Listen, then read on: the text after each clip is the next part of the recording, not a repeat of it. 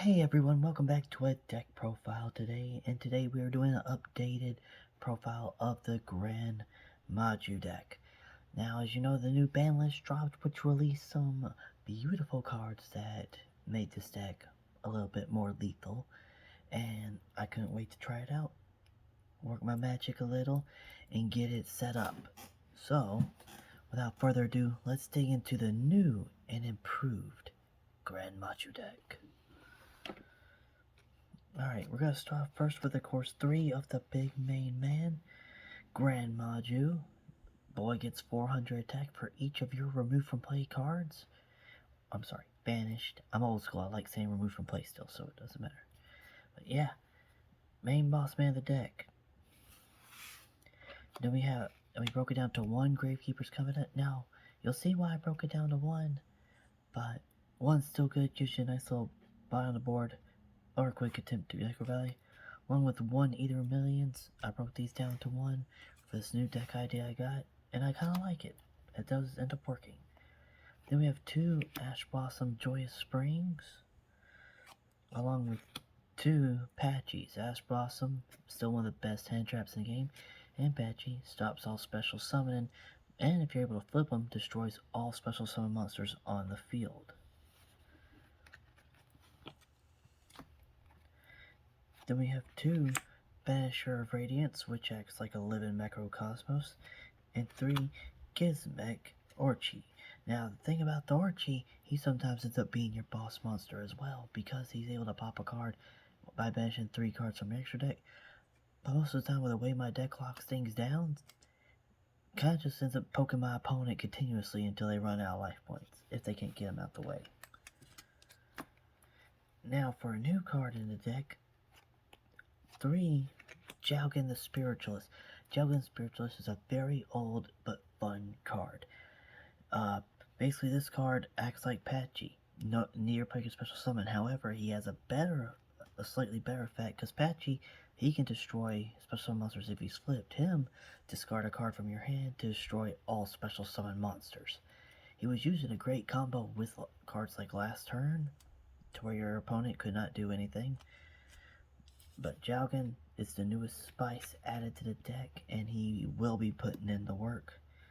Going to spell cards, first we have 1 Dark Ruler No More, and thanks to the ban list, we have 2 Dimension Fissures. Instead of just 1, now we got 2 of the thing. I thought about 3, but I feel 2 is the better choice for this. Along with 2 Pots of Desires, banish 10 cards, draw 2, not bad. 3 Pots of Extravagance, banish 3 6 cards from extra deck to draw 2, and we still got the 3 Necro Valley to keep your opponent from using their graveyard. Best way to stop them, especially the tier decks. So this thing goes good against tier Element Sheets, it just stops them from using their graveyard. On to the traps, we now have 2 Macrocosmos. I would do 3, but I do not have a 3rd macro, so 2 is going to have to do. But when I get a 3rd, there will be a 3rd Macrocosmos in the deck. Just a great card to banish everything. Then we have 2 Solemn Judgments, basically just straight no. No matter what they play, he says no to all at the cost of half your life points.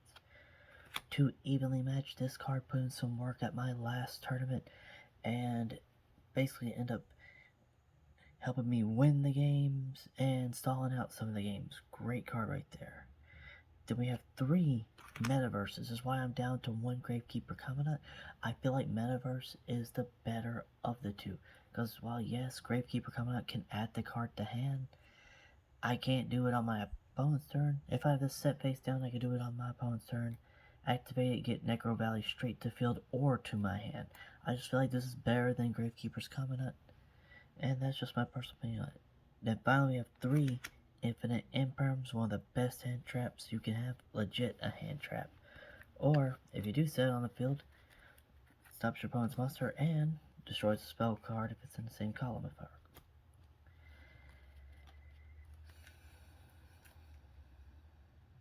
Oh no, I'm sorry, negates them, doesn't destroy them. My bad.